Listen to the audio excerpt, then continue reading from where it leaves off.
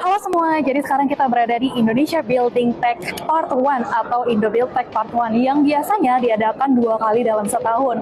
Nah, pameran ini merupakan pameran material bangunan dan desain interior yang terbesar di Indonesia, diadakan dari Hall 5 sampai Hall 10.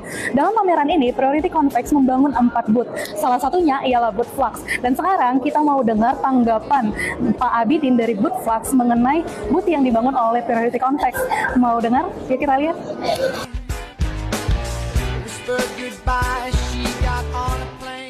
Nah, pameran ini merupakan pameran terbesar yang paling dinanti oleh arsitektur, kontraktor, desain interior, dan para pengunjung lainnya.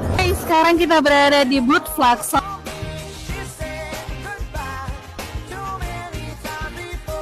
Oke, sekarang kita dengan Pak Abidin dari pihak Flux. Jadi yang pertama saya mau tahu nih bagaimana pendapat Bapak tentang hasil dari booth yang dibuat oleh Priority Convex? Menurut saya cukup memuaskan karena setiap detailnya saya perhatikan sesuai dengan ekspektasi, penataan lokasi dan titik-titik sesuai dengan keinginan kita teraplikasikan semuanya. Ini kan kita bukan cuma pertama kali ini ya Pak bekerja sama, dan dalam event sebelumnya juga kita pernah. Jadi selama memakai jasa Priority Convex nih, saya mau tahu Bapak puas nggak dengan hasil-hasil dari tahun-tahun?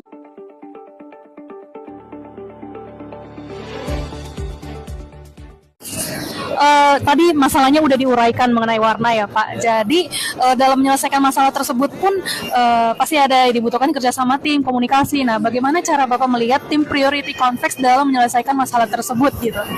Cukup cekatan sih pas respon. Jadi waktu saya mendapatkan informasi kendala di lapangan terkait warna maupun terkait teknis yang misalnya kurang colokan atau kurang lightingnya kurang dan sebagainya, ketika saya dapat informasi seperti itu, saya untuk menginfokan ke pihak kontrak untuk segera diselesaikan dan tidak butuh waktu lama, langsung direspon dan diselesaikan masalah-masalah di tersebut.